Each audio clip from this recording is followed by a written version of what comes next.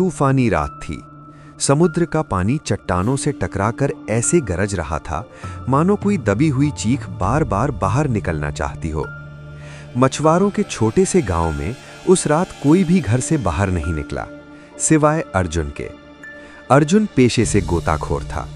कुछ दिन पहले उसे समुद्र किनारे टूटी नाव के मलबे में एक पुरानी धातु की पेटी मिली थी।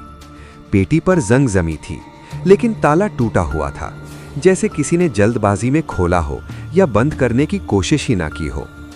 उस रात अपने कमरे की टेबल पर बैठकर अर्जुन ने पेटी खोली। अंदर एक गीला मुड़ा तुड़ा कागज रखा था।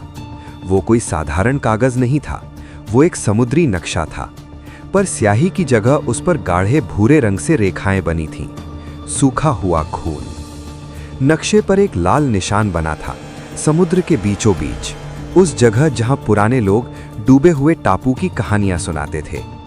अर्जुन के हाथ कांप गए, लेकिन जिज्ञासा डर से भारी पड़ी। अगली सुबह वो अपनी नाव लेकर उसी दिशा में निकल पड़ा। जैसे जैसे वो नक्शे के निशान के पास पहुंचा, उसका कंपस घूमने लगा। आसमान अचानक धुंध से भर गया। लहरें शांत हो गईं, अजीब तरह से, अस्वाभाविक शांति। फिर उसने देखा, पानी के नीचे कुछ था, डूबे हुए मंदिर जैसा ढांचा, टूटी सीढ़ियां और बीच में पत्थर का चबूतरा। अर्जुन ने गोता लगाया।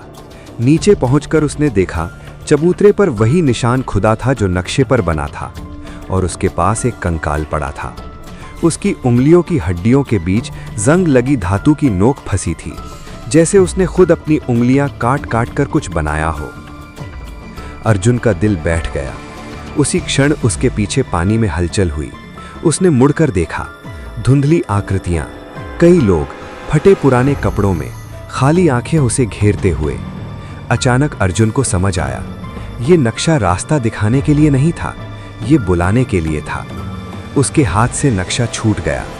पानी में घुलते खून की रेखाएं चमकने लगीं और नीचे पड़े कंकाल की उंगलियां हिल गईं। ऊपर समुद्र फिर गरजने लगा और किनारे पर अगली सुबह मछुआरों को अर्जुन की खाली नाव मिली, जिसके अंदर भीगी लकड़ी पर ताजे खून से बना एक नया नक्शा पड़ा था।